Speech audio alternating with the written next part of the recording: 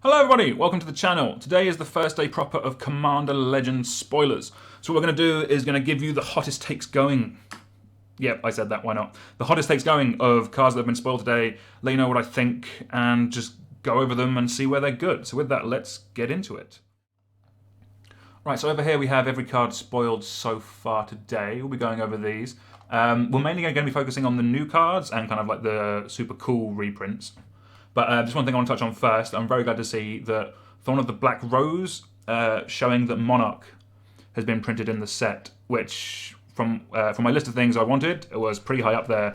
I really like things that are going to incentivize people to attack. I think this is Mask of Memory down here as well. When a creature deals damage to a player, you draw a card. Again, incentivize attacking means people aren't going to be sitting back as much, getting the games nice and quick, or keep them going, that kind of thing, which I'm really glad to see. So let's get into some of the cards I actually want to highlight first. First of all, Cenegos got a Ravos, great reprint, nice etched foiling with these. They all look really great of the few we've seen so far. Cenegos, so these are available most likely in like the collectors, like the premium ones, but these are going to be available at a rarer rate, but available in the draft boosters. So getting Cenegos as your commander is going to be really dumb because it's a really powerful card. And again, yeah, I think this is the first printing with this art with the legendary frame, and also having it as the etch is going to be really nice. But let's get into some of the newer stuff. So here we have Maelstrom Colossus, 8 mana for a 7/7 with Cascade. Cascade is a ton of fun. This is a common as well, which I think shows some of the power of this set. This also shows to me that the games aren't going to be quick. If this is a common, I get the impression that there's going to be some battlecruiser magic. I think unless there's a dedicated ramp deck, which we haven't seen so far, as most of the cards we've seen have been primarily blue. Unless there's a dedicated ramp deck and they're expecting you to get to 8 mana, this shows that the games aren't going to be like 10, 20 minutes. These are going to be like a good, solid, like half hour, 45 minutes, maybe a bit more kind of things. But I think this is a good common. Again, you probably only want one of these in your draft deck. Whether it makes it to Commander proper, if you have a Cascade type build, then maybe that goes in there. But let's get on to the next card, which is Ferexian Triniform. 9 mana for a 9/9 artifact creature golem. So it passes or hits the vanilla test, which is cool. When Ferexian Triniform dies, create 3/3 colorless golem artifact creature tokens. So this is kind of similar to Wormcoil, but without any kind of evasion and stuff. The big part for me, however, is that it has a new ability called Encore. So this card has Encore 12. Exile this card from your graveyard. For each opponent, create a token copy that attacks that opponent this turn if able. They gain haste, and you sacrifice them at the beginning of the next end step. Activate this only as a sorcery. So one of the reasons why this is a mythic, I'm guessing, is because that Encore... you pay it for 9, get it out first, it dies, goes to the graveyard. Later in the game, when you have 12 mana available, again, leaning into the more slower format that I'm kind of expecting this to be, you cast this for its Encore cost, get back the 9/9. When it dies, which it will from the Encore ability, you'll then get the 3/3 colorless golem creature tokens. So this one card makes 8 creatures, 2 of these, 2 9/9s and then 3/3s as you go through the stages. It's going to be interesting. There are a few discardy effects in the set, so maybe this is one you can get out early. I'm not sure how much if we're going to see Reanimate or anything like that, but yeah, seems like a cool card, and I'm really excited about Encore. As someone who loves the graveyard, this mechanic I think is going to be really cool. Yeah, I think it's going to be great for Commander, and it should be fun all around. Let's move on to the next card. So the next card we have is Seraphic Greatsword. Again, I apologise if I pronounce these wrong. It's the first time I'm saying these out loud. Seraphic Greatsword. 1 and a white for an equipment. Equipped creature gets +2/+2. When that creature attacks, the player with the most life... When equipped creature attacks the player with the most life or tied for the most life, create a 4/4 white angel creature token with a flying that's tapped and attacking that player, and it has equip 4. So this is basically a soft reprint of Dethrone, another mechanic from the first Conspiracy set, which again incentivizes people to attack, which I love and which I think is great. As a card, I think it's cool. The equip 4 means that So, the combination of equip 4 and the have to attack a player with the most life total. I think this isn't really a card you can. So this isn't a life gain card for me or anything like that. This card wants to be played in like an aggressive deck, maybe like a Boros equipment kind of build, something that's attacking early and isn't necessarily going to be winning early, if that makes sense. This screams out to me a deck that kind of gets into combat, and you're not playing this on turn 2. You're basically going to play this on turn 5 or 6, play it, equip, and then swing in that turn, basically. I think that's probably the most likely outcome with this. But yeah, cool card. Give white something to do. Doesn't draw a card as I wanted, but again, you can't have everything. But as an equipment, I think it's kind of cool and should see some play. So let's move on to the next card. So we have our first new commander that we've gone through, Liesa Shroud of Dusk. 2 white, black for a legendary creature, Angel. Rather than pay 2 for each previous time you've cast a spell from the command zone, pay 2 life that many times. So it kind of replaces command attacks with life, which is cool. We haven't seen that ability before. It has flying and lifelink, cool. It is also a 5/5, and whenever a player casts a spell, they lose 2 life. So this feels like a really buffed version of like Kambal, the legendary from, what was it called? Yeah, one of the previous sets. Kaladesh, I think it's in Kaladesh. This feels like a beefier version of that. Maybe it's like a Stack C style commander. I can see like in a drain life deck or a control kind of deck. This could be a ton of fun. That ability to pay 2 life rather than pay the command tax is something we haven't seen before. And generally any commander where you don't have to pay the commander tax is really good. So like Yuriko screams out to me as one that's just a bit busted because of the commander ninjutsu. Like it's a replacement cost. This is and yeah, Derevi does a similar thing. The bird wizard, I think it is. But with this is you still have to pay something, but it's life, and life is a resource, and especially in this kind of deck, the creature has lifelink itself, and whenever a player casts a spell, they lose 2 life as well. So this seems like something where life is very much a resource in this kind of deck. You would build this, but yeah, it seems like a ton of fun. Good to see some new legends. And with that, let's crack on to our next card. Now I will translate this, I do not speak the language this is written in, but it's translated for me. I'll read it out for you. So this is Ramirez de Pietro. He has come back, this time just as a blue card. This was originally a common or uncommon commander back from Legends. I think it was Grixis, maybe? But the new Ramirez del Pietro says he's a legendary creature, Pirate Spirit, so that's already cool. This creature can't be blocked by creatures with with toughness 3 or greater. And whenever it deals combat damage to a player, choose up to 1 card in any graveyard that's been discarded or milled this turn, put that card into its owner's hand. It also has Partner and is a 2/3. Now, this to me just seems like a good, like on its own, is like a decent value-y card. Maybe it can go in like a reanimatory type deck if there's something you discard that you want to get back. In a cycling deck could be quite good. That seems pretty fun. The most recent, I can see this going in the most recent precon as a cheap upgrade to that I think the cycling one was from this year's commander set, which is pretty cool. As a commander itself, it's got Partner, so until we see more of the other partners, I could see this teaming up with something like Cadell from the previous set, from one of the previous commander precons, which gains you mana for each card you've discarded this turn. Yeah, that sounds about right. So like with this, with kind of like a wheel effect. Stick all your cards in the graveyard.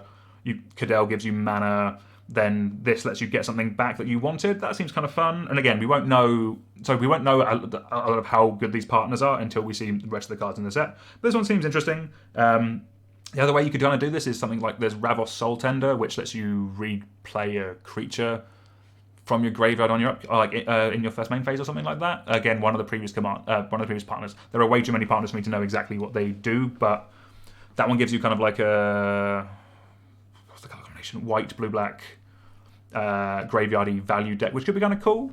But also Pirate Spirit. I think one of the rumors is that Pirates is going to be quite supported in this, which could be quite fun.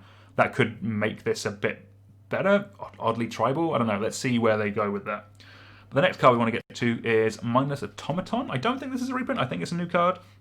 To me, this kind of screams out that +1/+1 Actually, sorry, I'll read it to you first because it's not in English. I didn't realise that. It's 4 mana for an artifact creature construct. When it enters the battlefield, it enters the battlefield with 2+1/+1 counters on it. You can pay 1 and discard a card to put a +1/+1 counter on it, and then you can remove 2+1/+1 counters from Mindless Automaton to draw a card. So by itself, I don't think this card is great. In a deck with +1/+1 counters or proliferate or something like that, then this card gets a lot better. Having the ability to, I like draw a card on any kind of creature that you're going to play in a deck. So if you're playing a deck that can put +1 counters on stuff, I think it'll be quite good. I don't think this card is going to be great on its own. And again, for me, it kind of leads me to think that +1/+1 counters is going to be a supported colour combination. We haven't seen enough to really work out which colour combination. Traditionally, there's some kind of green-white, but maybe we'll see something in Abzan in this set. That could be kind of cool. Oh, so let's crack on to the next one. So this card's dumb. So this is Sphinx of the Second Sun. 6 blue for a creature Sphinx. It has flying and it is a 6/6. At the beginning of your post-combat main phase, you get an additional beginning phase after this phase. That means you untap, you have an upkeep, and you also have your draw steps. You'll draw a card. So this card's dumb. This is basically a Paradox Haze and a kind of oddly like a Seedborn Mew style effect. So this is like a slam dunk in any kind of like Joyra deck, anything like that. Or anything that basically if you're playing Paradox Haze, then you're playing this card. Paradox Haze, people who don't know, is a card that gives you an extra upkeep, I believe. So this is great in something like that because it gives you that additional upkeep. So anything like Joyra that triggers on your upkeep. So with Joyra, you remove suspend counters from stuff. This seems particularly good in the Scarab God because you can kind of get it back with the Scarab God, and then also you get double the zombie pings on people. So that seems pretty dumb. Then the untap ability as well. And also with this, you just draw a card as well. But with the untap step, kind of like big mana deck, something like Krufix, the battery style commander, so you can just turn all your mana into colorless mana and then take it over through phases. Something like that seems really good because this doubles the amount of mana you have a turn in it like that. In a similar vein, something like Kinnan from Ikoria, I believe, that doubles. It doesn't double your lands, but this untaps. It's an extra untap step, so it untaps everything. So any of your like mana dorks. If you're playing a Kinnan deck, Kinnan doubles all your tap creatures. So Llanowar Elves taps for 2. In this, with this card, it lets you use them twice. So this is a mythic, shockingly to no one. This is going to be... I would be happy opening this, basically. This seems like it goes in a ton of deck and is definitely going to be one of the more chased cards. Cool, so let's crack on. Sorry, I actually have notes. Some level of preparativeness. That's not a word. Okay. Let's crack on. So next we have Sienna, Eye of the Storm. 3 and a blue for a legendary creature, Jin Monk. Looking like it's coming from... the Khan's block. It's those kind of Jins. Has flying and is a 3/2. Whenever it attacks, scry X, where X is the number of attacking creatures with flying. So by itself, doesn't scream... It's an uncommon. It's not going to be the most busted of commanders, but the partner part is nice. What this leads me to think is that flying matters will be a theme in the set. I think some of the design team did carry over from Conspiracy. I think Gavin Vehe did all of them or both of them, or was involved. If I'm wrong, apologies. But blue-white flyers was a theme in those sets, so I could imagine blue-white flyers being a theme in this set. I think this is going to be a really good card in draft or in the limited format. Outside of that, the partner ability is interesting because it can give you an extra colour. Personally, I could see it being played with the what do you call it? There's the Azorius Wizard, Bird Wizard with flying. That whenever anyone plays a spell, put a counter on it. It is a 4-mana 1/1, but whenever a player plays a spell, put a counter on it. You could make some kind of cool flying tribal thing with those kind of cards. There are other flying tribal commanders, which maybe mean this doesn't seem as much play out of it, but it's still something that's good in those decks because while it's not a direct card advantage, the scry ability is still nice and also incentivizes people to attack, which is again what I wanted to see. So let's get on to the next card. Apologies, all this talking. Next card is Nimrus, Una's Trickster. 3 blue-black for a 1/6 with...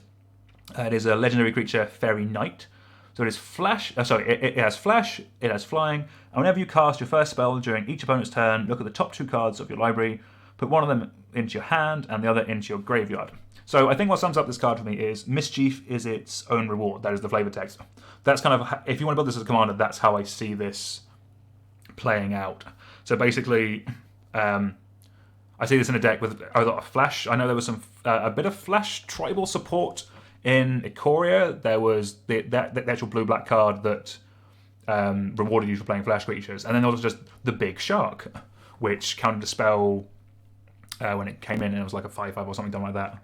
That kind of thing. So in a deck with this as a commander, playing a lot of instants, a lot of interaction. Basically, you're not playing stuff on your turn.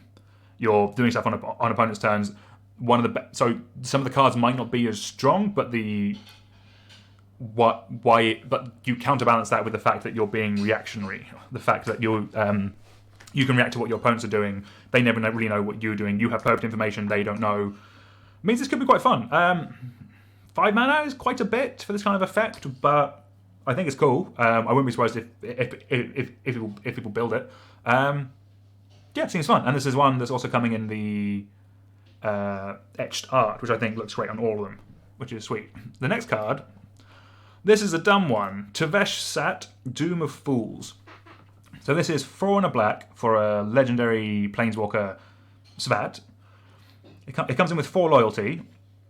Importantly, this can be the commander, and it also has partner. So this is a very new style thing. So before we even get into the abilities, this would probably lead to me to believe that there's going to be a cycle of these. There'll be one in each colour that do some dumb things. The interesting part is you don't have to partner this with another Planeswalker. You can partner it with a creature. One of the issues I always have with Planeswalkers as commanders, and again, if people like doing it, that's fine. But Planeswalkers as commanders for me tend to make the games last a bit longer because basically this is Planeswalkers in general will gain you life by the fact that people have to attack them and this kind of stuff. And this is definitely one people are going to want to kill because the abilities are +2 creates 2 0/1 black throw creature tokens, pretty generic. +1, you may sacrifice another creature or Planeswalker. If you do, draw 2 cards. Then draw another card if the sacrifice permanent was a commander. So again, maybe there'll be some commanders which... So actually this with Liesa Shroud of Dusk, for example, the card we saw earlier, things that let you cheapen the cost of paying the commander. I'm expecting to see some of that stuff in the set. This with that seems quite good. And then the -10 is gain control of all commanders. Put all commanders from the command zone onto the battlefield under your control.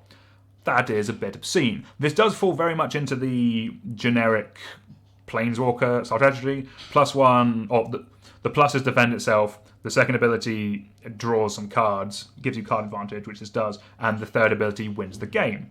So this sticks very much to that formula, but does it in an interesting way. The combination of it can be your commander and partner. This does seem like a cut. So of all the partners that we've seen so far, this could just be fine enough as a commander by itself. You don't necessarily have to run another creature or another Planeswalker, but it gives you the ability to do that. So this card specifically scares me. I think it's going to be dumb. And then the combinations of stuff you can do with it, I think, is going to be great. So some of the things I was thinking of, again, I mentioned Ravos before. So that creature is, I believe, 2 white-black for like a 2/2 flyer. It lets you play creatures. You can play a creature from your graveyard every turn, and it buffs all your creatures but with +1/+1. So that plus this seems really good, like a white-black aristocracy type thing. Sorry if you can hear the beeping. That is the dinner, which I will go and get in a bit. But yeah, something like that seems really good. Maybe even Tana Bloodsower, the one that when it hits, you make tokens, which you can then sack with this. But again, this card just does everything. It gives you the stuff to then sack. Both of those are pluses, so it's going to keep ticking up. Planeswalker and Doubling Season is a very old conversation, but the fact that this doesn't do it immediately is, I'm assuming, why it is a -10, and it comes in with 4, so you can't play a Doubling Season and then do this. I'm very glad of that. Doubling Season may be a card we see reprinted in the set. Who knows? I guess we shall see. But yeah, of all the cards we're going to see today, this is the dumbest. And it's a sign, I guess, of things to come. This is definitely where they're going with it. So let's move on. Okay. So I'm not going to go over too many reprints, but this is one I definitely wanted to mention because Vampiric Tutor is a great card. Admittedly, I don't play many tutors anymore. I've kind of replaced tutors with card draw. That's just a thing I like doing. But if you play black and you want a tutor, this is right up there. I love this artwork as well. There is also a... Let me just to see if this works. Ooh, alt art, which looks really nice. Yeah, it was getting up there in price. I know it got reprinted in Eternal Masters and then came down to a reasonable level, then has continued to go up ever since. So this is a good one to get reprinted. Yeah, great card. Glad to see it back. Some of the reprints we've seen so far have been pretty good. Like, happy with Cenegos, happy with Vampiric Tutor. Okay, let's move on to Svat's Will. So it's the will of the Planeswalker we just saw. For one a black for an instant, choose one. If you control a commander as you cast this card, you may choose both. So you can either pick each opponent sacrifices a creature they control with the greatest power, or exile all creatures from all opponents' graveyards, then create X 0/1 black thrall creature tokens, where X is the greatest power among creature cards exiled this way. So the first ability is, what do you call it? Where's my notes on this? It's like Crackling Doom, the white, red, black, whatever that card combination is. The Mardu card from Khan's Takir. That card is really good. Just, you're basically getting the opponent, all your opponent's best creatures. So to have that as the fail case with this card is great. The exile cards from all opponents' graveyards, I think, is also a bit more situational, but when it works, it's really going to work. If you're running any kind of strategy, kind of like Nekasar or Tiny Bones, that's going to be putting cards in people's graveyards, then this card gets even better. The mechanic style of this, it's not keyworded, but I'm expecting to see at least a cycle of this. This is basically Lieutenant, but on a spell. But on an instant. It basically lets you... It gives you advantage for having your commander out, which I think is great, and is definitely going to be something I expect to see more of in this set. So we have a couple more. Krark the Thumbless. If anyone doesn't know, Krark's Thumb is a card which doubles the amount of flippy coins that you get. And this is a commander that lets you do that. So Krark the Thumbless is 1 and a red for a 2/2 legendary creature goblin wizard. Whenever you cast an instant or sorcery spell, flip a coin. If you lose the flip, return that spell to its owner's hand. If you win the flip, copy that spell, and you may choose new targets for the copy. It has Partner, which is cool, and the flavor text, Double or Nothing, which pretty much sums up this card. Obviously, this is a coin flippy style card. I'd be surprised if we didn't... traditionally, coin flips is like an is-it thing, so I wouldn't be surprised if we don't see a blue card. Yeah, we don't see another card to go with this, with coin flipping. I'd be surprised if there was a lot of coin flipping in the set. Again, it would be really cool, but it's kind of similar to dice rolling, in the unsets, where it's something they do, but it's not something they do all the time. I would kind of expect this to... Again, this could be famous last words, but it would be cool if they did it, if they pushed coin flipping in this set, but I don't expect them to do it. I don't think it's the way they want to go with this kind of thing. It's like, it's interactive because you're doing something, but then like it's technically a skill thing, which is something they don't really tend to push that often. But a cool card. I'm sure I will play against it at some point. Okay, so you wanted a Haymaker. I present to you a Haymaker. This is Mnemonic Deluge. 6 blue for a sorcery.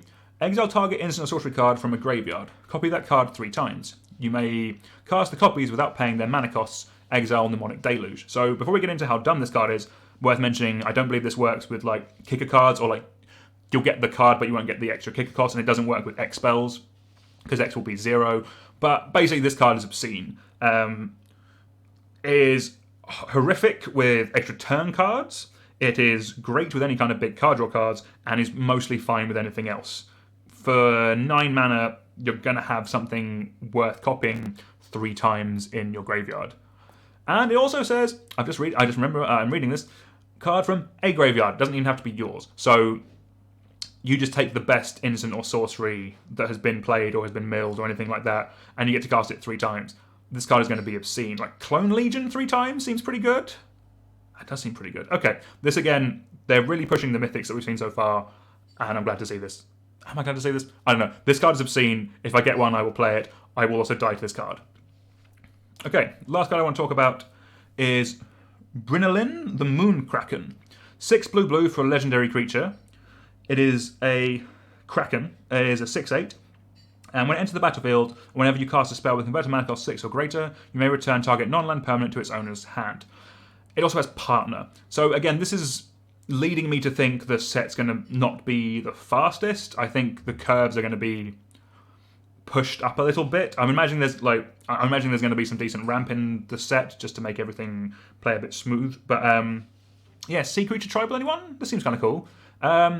This seems like a house. I think this card is going to be really dumb in the limited format, just mainly because it's huge.